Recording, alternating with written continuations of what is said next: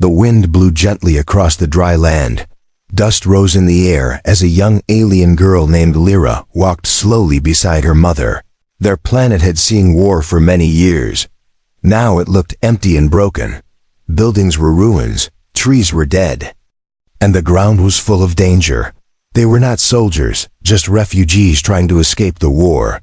Lyra held her mother's hand tightly, her eyes full of fear but also hope. She dreamed of reaching the safe zone, a place far away from the fighting. Suddenly, Lyra stopped. She looked down and saw a strange metal shape sticking out of the dirt. Before she could move, a loud explosion filled the air. Boom! Everything turned white, then black. Her body flew backward and landed hard on the ground. Her mother screamed, "Lyra, Lyra!" She rushed to her daughter and dropped to her knees. Lyra was shaking, her face pale, and her leg was gone.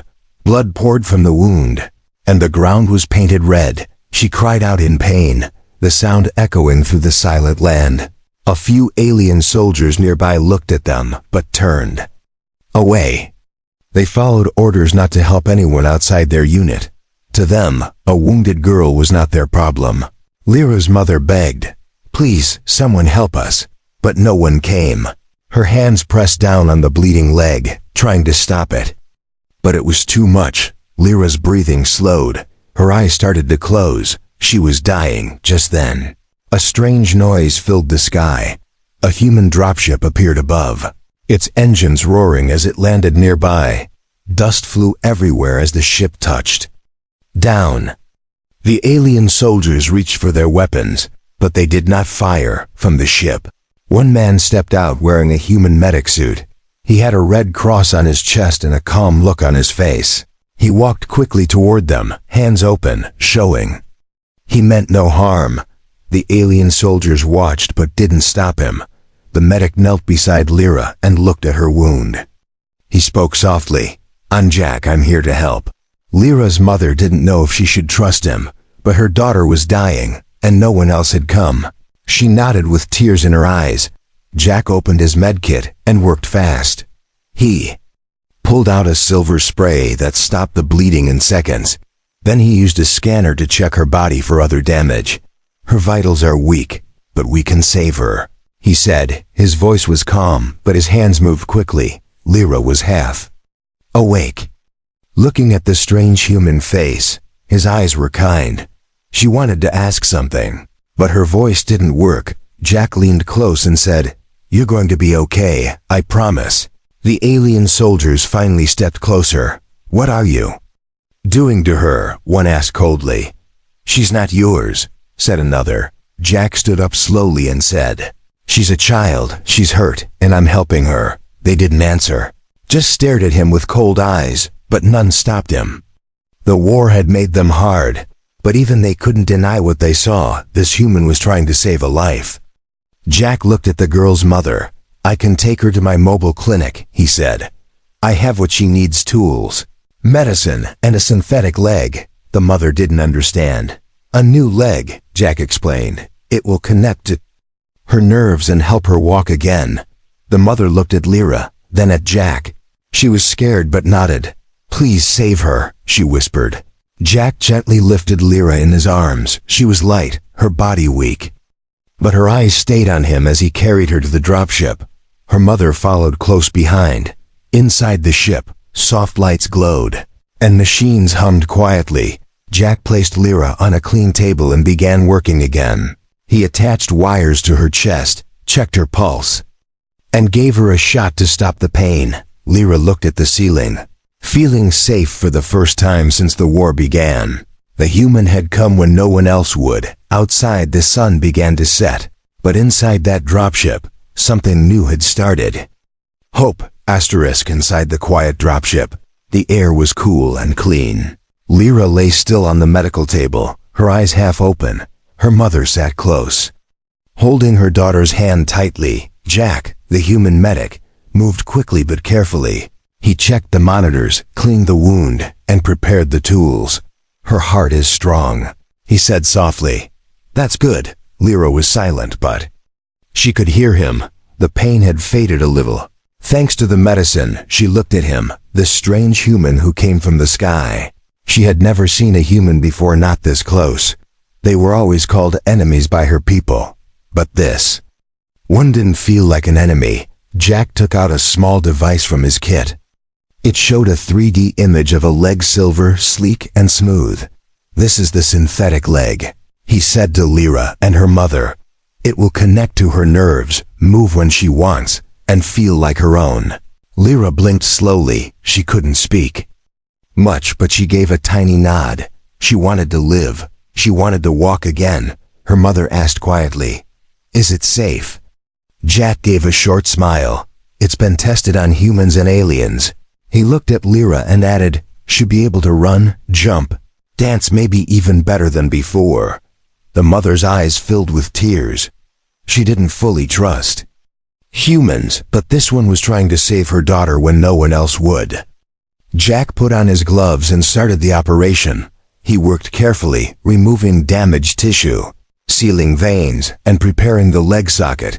The tools he used hummed softly, guided by light and sensors.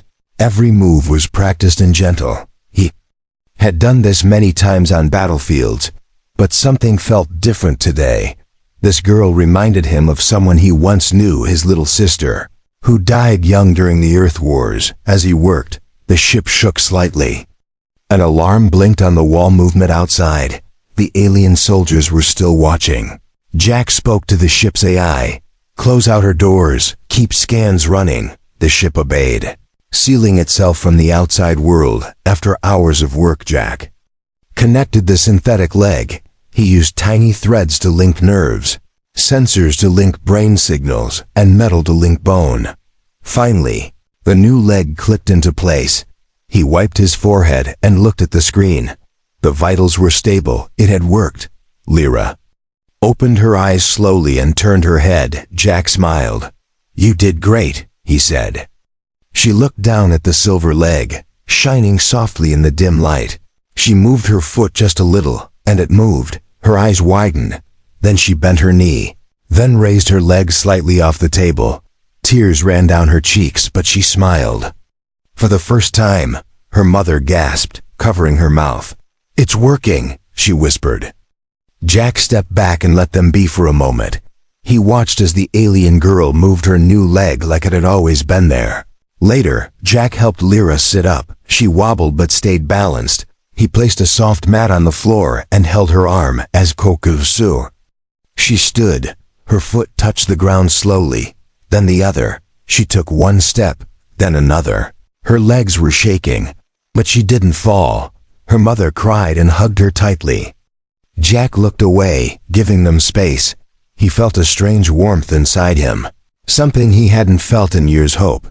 This was why he became a medic, not for medals, not for orders, but for moments like this, to give life where death almost won.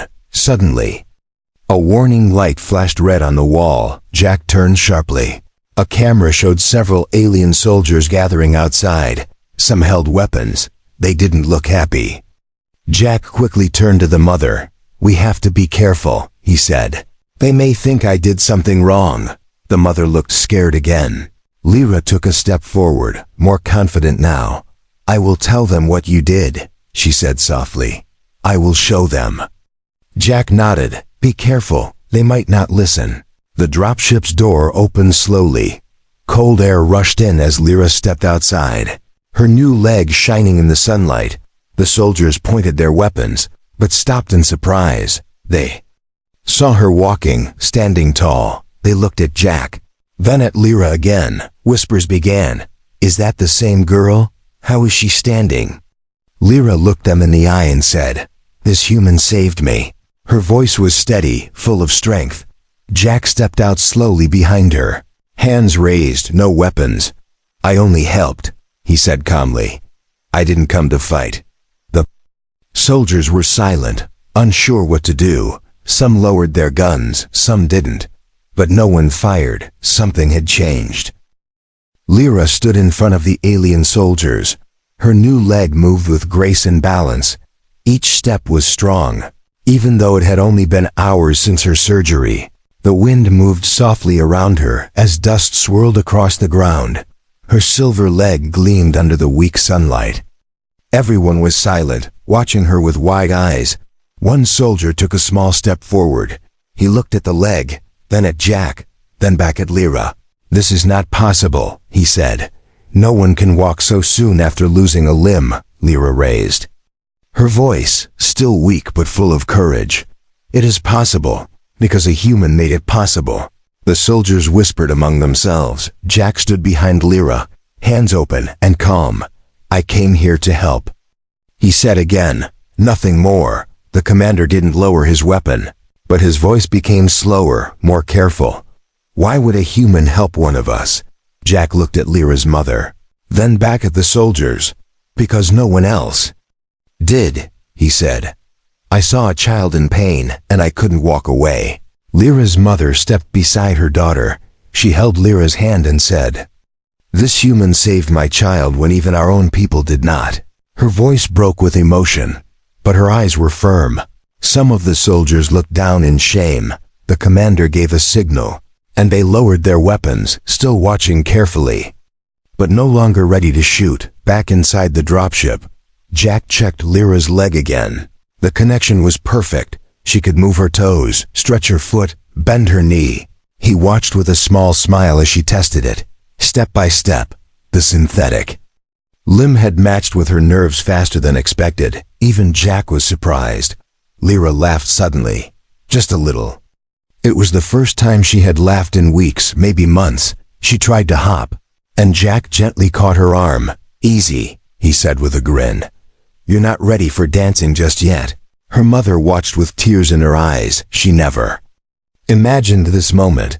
She had expected to bury her child. Now her daughter was walking, smiling, alive. The ship's SI alerted Jack to an incoming message. He tapped the console and saw a video feed. It was a human officer from orbit. "Jack." The officer said, "What's going on down there?" "We see movement around your ship," Jack replied calmly. "I performed emergency surgery on a local girl. Situation is stable for now." The officer frowned. "Alien Command filed a protest. They said you interfered," Jack answered. "I didn't interfere. I saved a life." After the call ended, Jack looked at Lyra and said, "We might have trouble soon." "Some people don't like it when enemies help each other." Lyra looked up. "But you're not my enemy."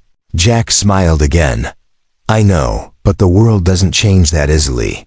Over the next few hours, Lyra trained with her new leg. Jack gave her simple exercises: walk forward, backward, turn, crouch, stand. She followed each step like a student eager to learn. The leg responded faster with every movement. It was like it had always been part of her. Outside the ship, a small crowd began to gather: civilians, injured soldiers, and curious workers all heard the story. Some came with broken arms or burned skin. They looked at the human ship with fear and hope. Lyra stood at the door and waved. "They helped me," she said. "Maybe they can help you too." One old alien man stepped forward, holding his arm tightly. "I lost my hand in a blast," he said softly. "Can you fix it too?" Jack stepped out beside Lyra. "I can try," he said. "I have a few more parts, but not many." The old man nodded. "Even if you try, it is more than anyone else has done." Word spread fast. The story of a human medic helping an alien child went from street to street. People began calling Lyra the miracle girl.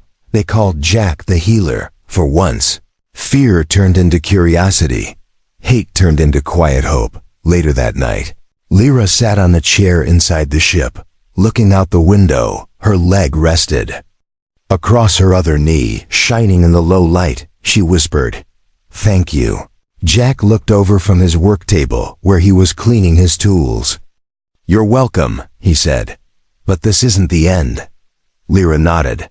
"No, it's just the beginning." They both knew the truth. Soon, others would come: officers, leaders, maybe even enemies. Some would want to stop them, but for now, in that quiet moment, a miracle had happened, and nothing could take that away. *. The next morning, the sun rose over the dusty hills. Soft orange light fell on the human dropship. Parked quietly outside the ruined village, inside, Jack was already awake, checking supplies and scanning news reports. Lyra stretched her arms and looked at her new leg with a proud smile. She had slept well for the first time in many nights. Her mother was making some warm broth from dried herbs she had carried through the war. But outside the ship, something had changed. 3 armored alien transports rolled into the village. They flew the red and black flag of the High Command. Jack saw them on the monitor and his face became serious. "They're not here for peace," he said quietly. Lyra looked worried. "Why would they come here?" she asked. Jack turned the screen so she could see. "Because what we did, it's not just healing anymore," he replied. "You're walking with human tech. To them, that's a political problem." The alien soldiers jumped down from the transports. They moved fast, surrounding the area with weapons drawn. One of them carried a small drone that scanned the ship's surface. Soon, a tall alien officer stepped forward, wearing a dark uniform with silver stripes. His name was Commander Vec, and he was known for following orders without mercy. He shouted toward the ship, "This is unauthorized use of foreign technology on native soil. Come out now, or we will take you by force." Jack stayed calm. He opened the outer speaker and replied, "She was dying. I saved her life." "That's not a crime, Commander." Vec growled. "You used enemy equipment on a citizen of our planet. You changed her."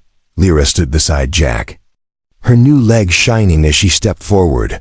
"I changed because you left me to die," she shouted back. Jack touched her shoulder. "Careful," he whispered, but Lyra didn't stop. "You looked at me bleeding and walked away," she said. He didn't.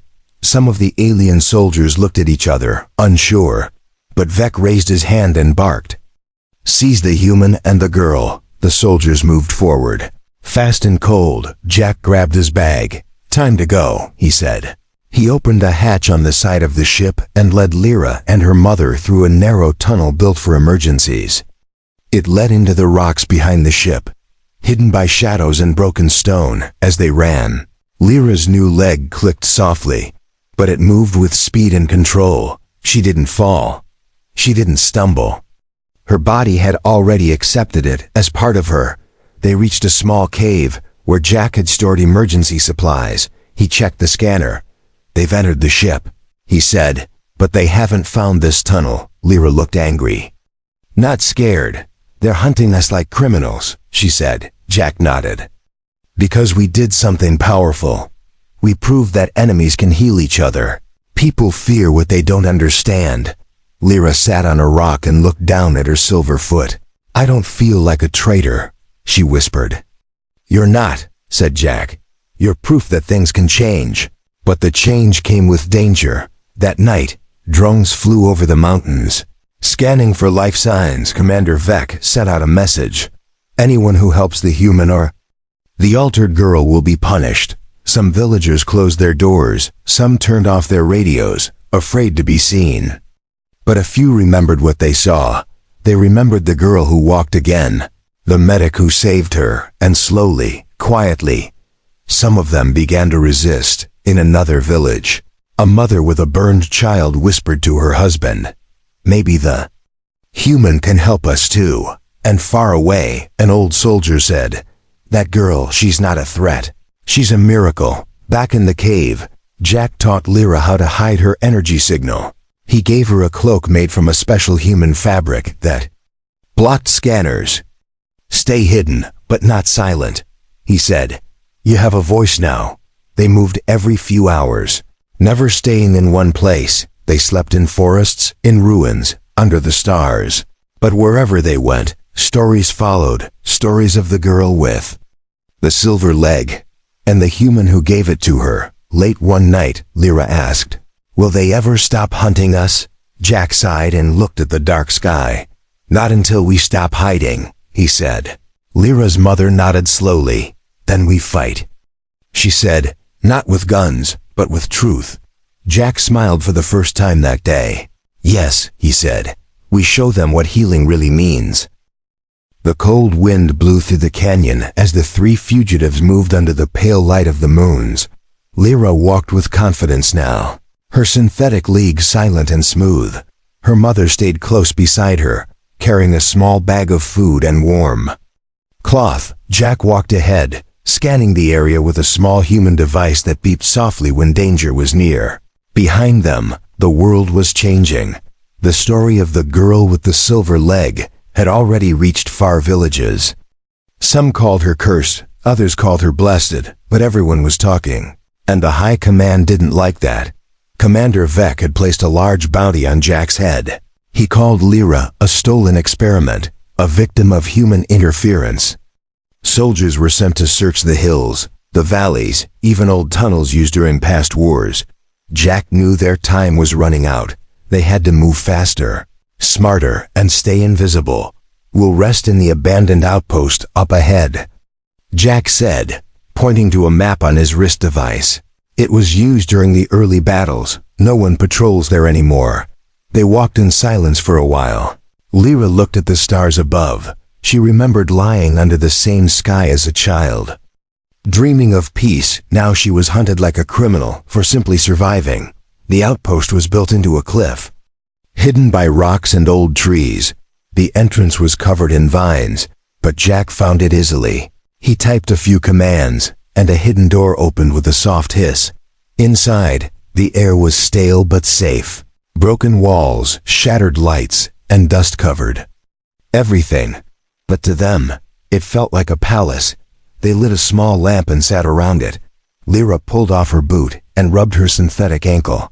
"It doesn't hurt," she said, "but sometimes it feels heavy." Jack nodded. "That's normal," he said. "Your brain is still adjusting." He handed her a small energy bar. "Eat, you need your strength." Suddenly, the scanner in Jack's hand blinked red. "Movement," he said sharply. Everyone froze. Outside, the crunch of boots on dry leaves echoed through the night. Voices followed, low and angry. "They're close," Lyra whispered, her heart pounding. Jack pulled them into a small tunnel behind the outpost. It led deeper into the mountain, through old ventilation shafts and dark halls. He knew these paths from past missions. But this time, it wasn't a soldier's mission, it was survival. The footsteps grew louder, then gunfire. Bullets struck the walls where they had just been sitting. Dust filled the air, and the lamp went out. Jack grabbed Lyra's hand. "Run," he whispered. "Don't stop." They ran through the tunnel, Lyra's leg keeping perfect pace. Her fear faded with each step, replaced by focus. Behind them, the tunnel echoed with shouting voices and clanging metal. At a fork in the tunnel, Jack stopped. "We split up," he said. "I'll lead them the wrong way." Lyra's mother shook her head. "No, we stay together." But Jack was firm. "If they catch all of us, it's over." He gave Lyra a small device. "When you reach the forest, press this. It will call my drone. It will find me." Lyra held the device tight, her eyes wide. "Will we see you again?"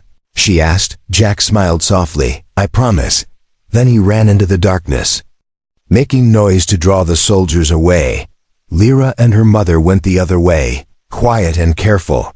The tunnel opened near a cliff, and they climbed down using thick vines and rocks. Lyra's leg gripped perfectly, helping her descend faster than before. By morning, they reached the forest. Birds chirped, and the sky turned pink with early light. Lyra pressed the device, and a soft beep answered. They waited, hidden under a thick tree. Hours passed, but no sign of Jack. Lyra looked down at her leg. She whispered, "You made me strong." Her mother hugged her close. "No matter what happens," she said, "we keep going." Far away, Jack was hiding in an old bunker. His body was bruised and his uniform torn. But he had escaped. He smiled when he received Lyra's signal. "She made it," he whispered. "She's safe." He knew now what had to happen next. He couldn't just keep running. They had to stand and fight, not with weapons, but with truth. The world had to see what really happened, not a crime, not a betrayal, but a miracle.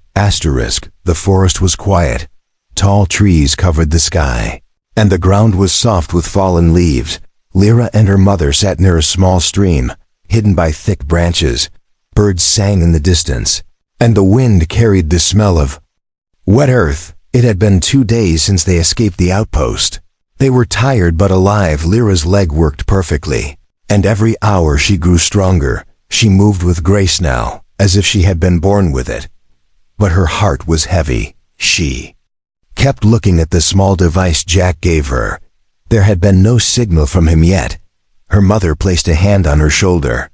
"He will come," she said softly. Lyra nodded.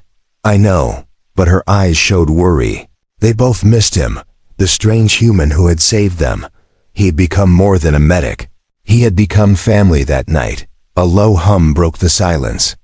Lyra looked up and saw a small drone flying slowly above the trees. It blinked green twice and hovered near them. She stood and waved, and the drone floated down. From a small speaker came Jack's voice. "I'm safe. I found shelter west of your location. Follow the drone. I'll guide you here." Tears filled Lyra's eyes. She smiled and looked at her mother. "He's alive," she whispered. "Let's go." They followed the drone through the forest. It flew low and slow, waiting for them to keep pace. After an hour, they reached a quiet valley. Hidden between cliffs, an old human shelter stood covered in moss. Jack stepped out, bruised but smiling.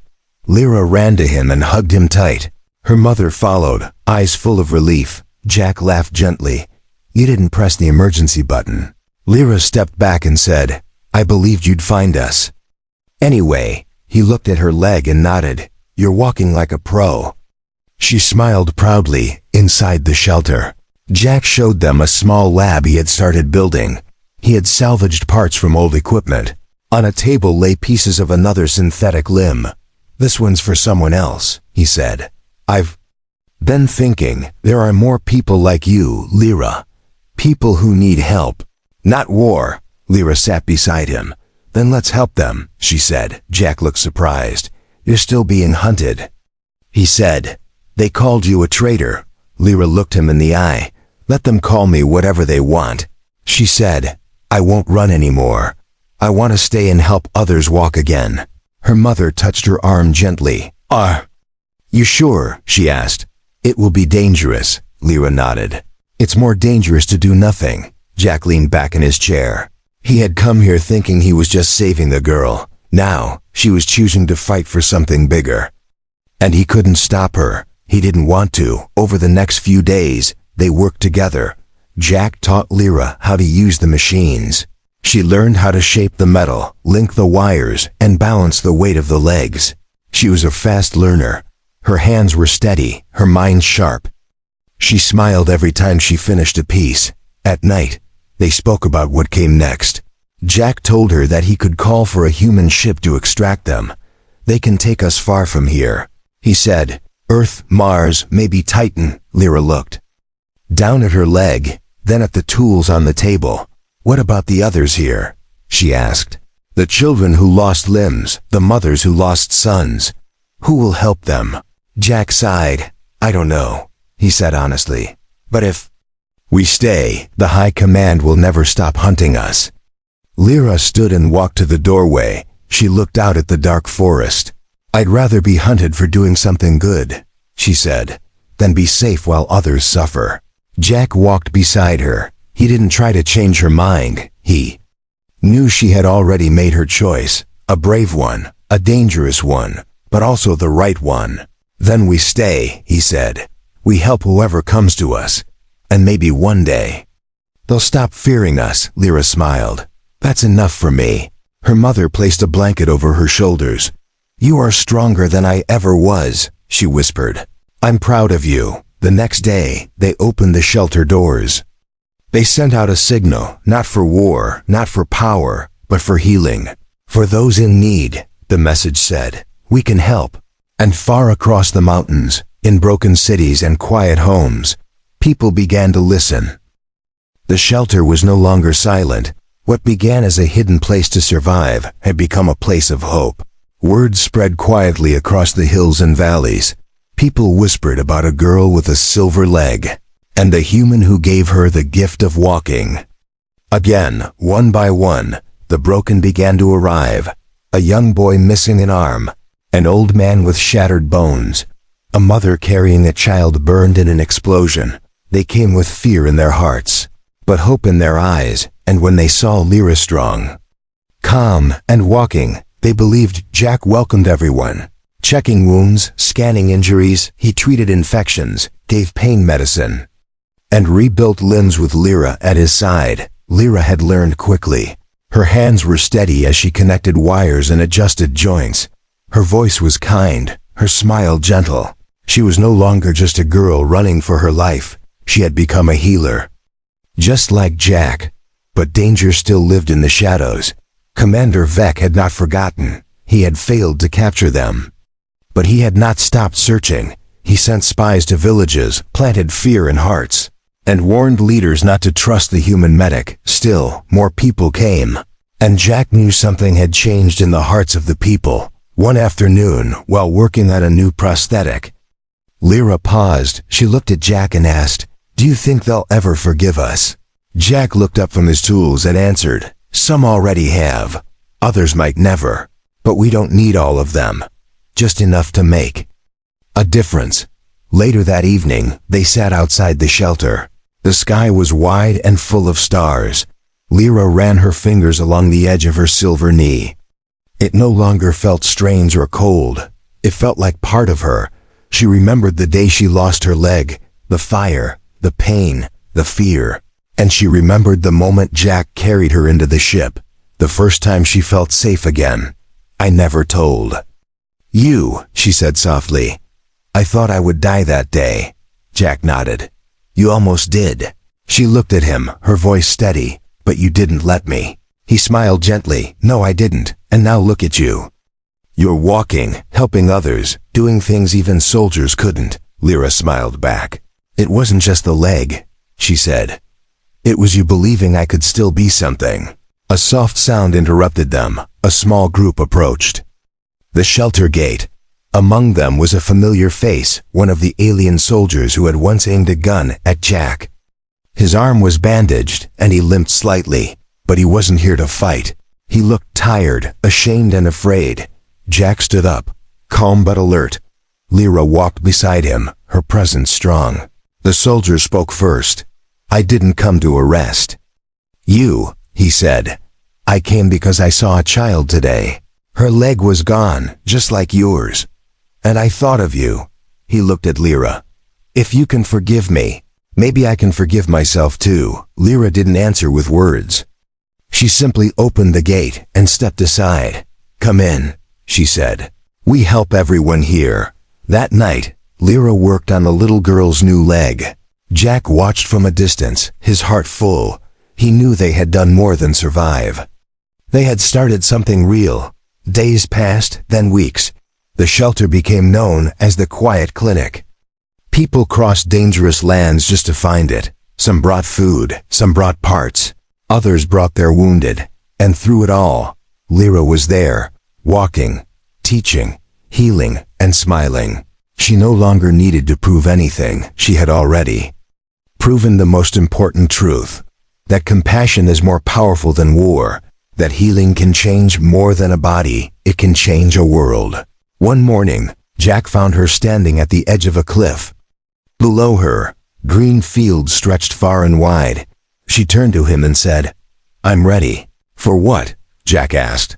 "To run," she said, smiling, "not from something, but toward something new." And then she ran fast, light, graceful. Her silver leg caught the light like a blade of hope. Jack laughed, watching her vanish over the hill. The girl who once cried in pain now ran with purpose. The hunted had become the helper. The wounded had become the warrior, and the child with no leg had become the girl who could run again.